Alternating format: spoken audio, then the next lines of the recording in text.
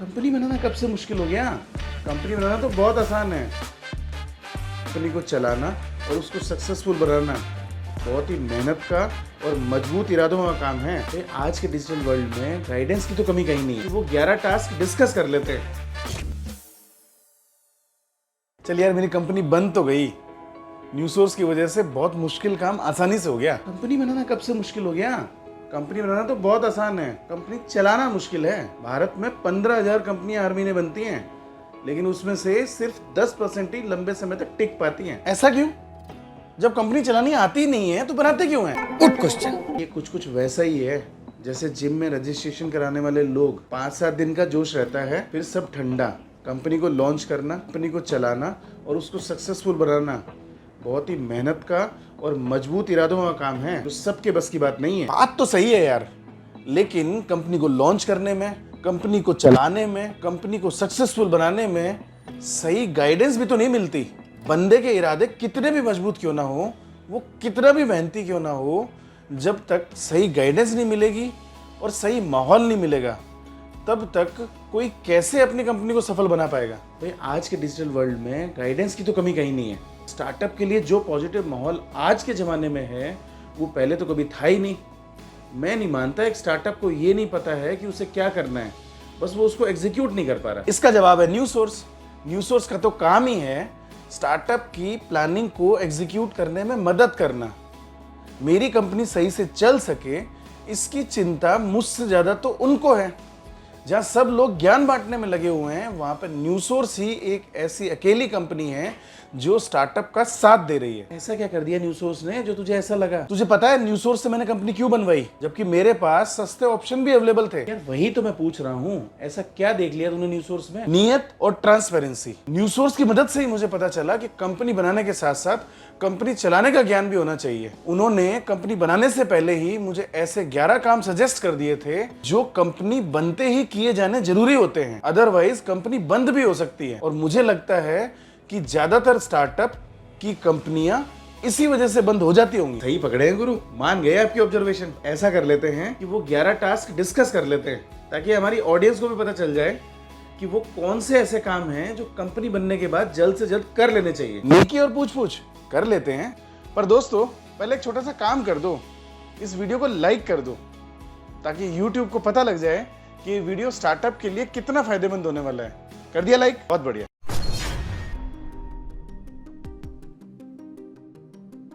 Company बन जाने के बाद सबसे पहला काम है कंपनी के लिए एक बढ़िया बैंक ढूंढना और उसमें एक करेंट अकाउंट खोलकर पेड अप शेयर कैपिटल जमा करवाना। ये शुरुआती पेड अप शेयर कैपिटल वाला पैसा शेयर होल्डर के अकाउंट से ट्रांसफर होना चाहिए, और वो भी उतना जितना उन्होंने MOA और AOA में सब्सक्राइब किया हो। और ध्यान रहे कि इस कैपिटल का इस्तेमाल केवल और केवल बिजनेस के लिए किया जाना चाहिए।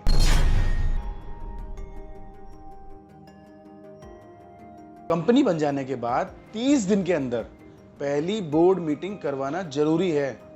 मीटिंग में हुए फैसलों को बोर्ड रेजोल्यूशन के रूप में दर्ज करने के साथ साथ मीटिंग की कार्यवाही का लिखित रिकॉर्ड यानी कि मिनट्स ऑफ मीटिंग भी तैयार करने होंगे। इस बोर्ड मीटिंग में जो सबसे जरूरी काम करना है वो है फर्स्ट ऑडिटर का अपॉइंटमेंट। ऑडिटर मतलब जो कंपनी के खातों की जांच पड़ताल करता है और ये इंश्योर करता है कि कंपनी का हर लेन देन कानून के मुताबिक हो रहा है। बड़ी कंपनियों में इनकी रिपोर्ट के आधार पर ही कंपनी के भविष्य के फैसले लिए जाते हैं।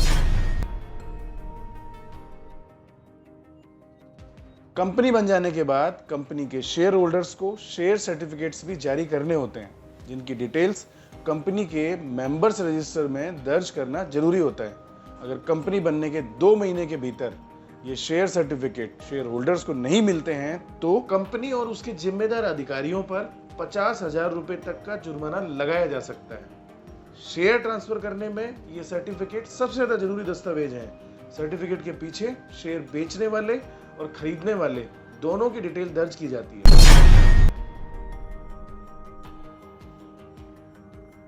कंपनी बन जाने के बाद 180 दिनों के अंदर कंपनी को अपने बिजनेस शुरू करने की सूचना MCA को देनी होती है। इसके लिए कंपनी को फॉर्म 20A में यह घोषणा करनी होती है कि सब्सक्राइब्ड कैपिटल कंपनी के करंट अकाउंट में आ गई है। इस फॉर्म के साथ शेयर होल्डर्स द्वारा जमा की गई पेड अप शेयर कैपिटल का प्रूफ और कंपनी के रजिस्टर्ड ऑफिस की पिक्चर्स लगाना जरूरी होता है। ध्यान रहे कि इस फॉर्म को फाइल ना करने की पेनल्टी बहुत ज्यादा है, ताकि फर्जी कंपनियों की संख्या कम की जा सके। अगर ये फॉर्म 365 दिनों में भी जमा नहीं किया जाता तो कंपनी का रजिस्ट्रेशन भी रद्द किया जा सकता है।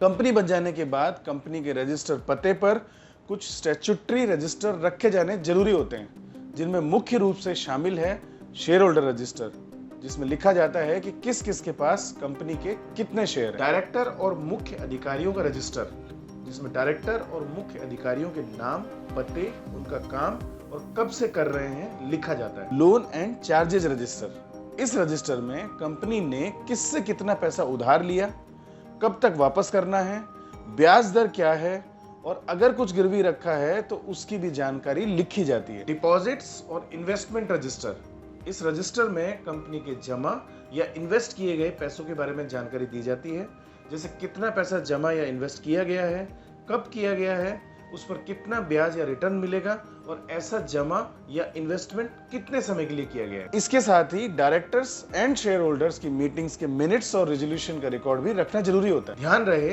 कि कंपनी रजिस्ट्रार की तरफ से अगर फिजिकल इंस्पेक्शन होती है और ये रजिस्टर नहीं पाए जाते हैं तो कंपनीज एक्ट में इसके लिए हैवी पेनल्टीज के प्रावधान किए गए हैं।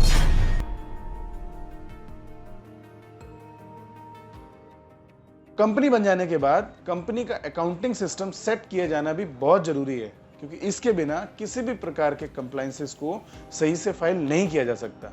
शुरुआती दौर में आप इसे मैनुअल भी कर सकते हैं और ट्रांजैक्शन बढ़ने के बाद आप किसी अच्छे अकाउंटिंग सॉफ्टवेयर पर स्विच भी कर सकते हैं। मैनुअल अकाउंटिंग में सबसे पहले कैश बुक बनानी होती है, जिसमें रोजाना के कैश लेन देन का ब्यौरा दर्ज किया जाता है। फिर आते हैं लेजर्स, जिससे कंपनी को पता चलता है कि किससे क्या लेना है और किसको क्या देना है।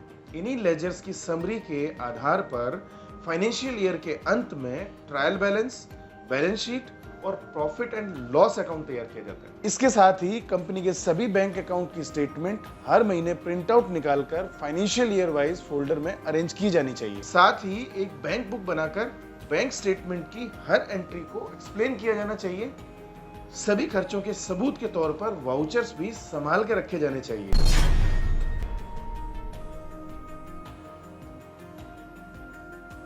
कंपनी बन जाने के बाद ROC compliance, GST compliance, income tax compliance, TDS compliance, professional tax compliance, PF and ESI compliances की इंपॉर्टेंट डेट्स को ध्यान में रखकर एक स्टैट्यूटरी कैलेंडर जरूर बना लेना चाहिए, क्योंकि अगर कोई डेडलाइन मिस हो गई तो आपका कैश फ्लो बिगड़ सकता है।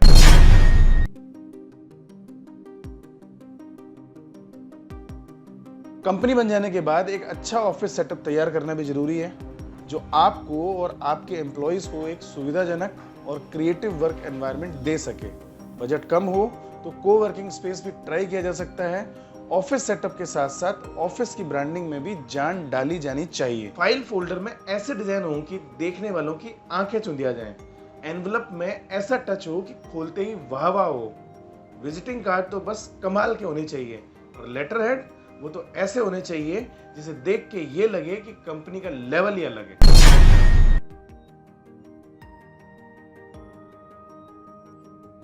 कंपनी बन जाने के बाद सबसे ज्यादा जरूरी है कंपनी के लिए रेवेन्यू पैदा करना, वरना तो सब कुछ ही बेकार है। जरूरी है अपने किसी ऐसे प्रोडक्ट्स को कंक्लूड करना जो ज्यादा से ज्यादा कस्टमर कम से कम कॉस्ट पर कंपनी के साथ जोड़ दे। जरूरी है अपनी कंपनी के लिए एक ऐसे सेल्स फनल को बनाना जिसकी मदद से जल्द ब्रेक इवन पॉइंट तक पहुंचा जा सके, जिसके लिए आपको अपने टारगेट ऑडियंस का डेटाबेस बनाना होगा, डिफरेंट प्राइसिंग स्ट्रेटजीज बनानी होंगी, ढेर सारा कंटेंट क्रिएट करना होगा, अपने प्रोडक्ट और सर्विसेज को कस्टमर्स की जरूरत के हिसाब से अलाइन भी करना होगा और अपने हर सेल्स चैनल को ऑप्टिमाइज भी करना होगा।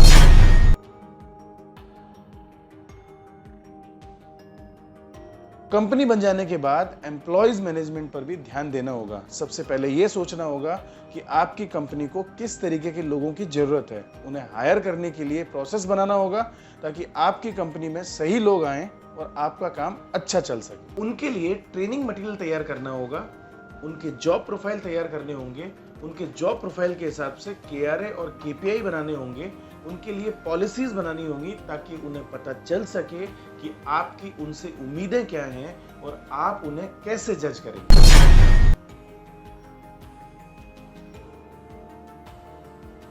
कंपनी बन जाने के बाद आपको अपने PF और ESI रजिस्ट्रेशन के साथ क्या करना है वो भी सोचना होगा, क्योंकि अब कंपनी बनने के साथ ही PF और ESI रजिस्ट्रेशन हो जाता है।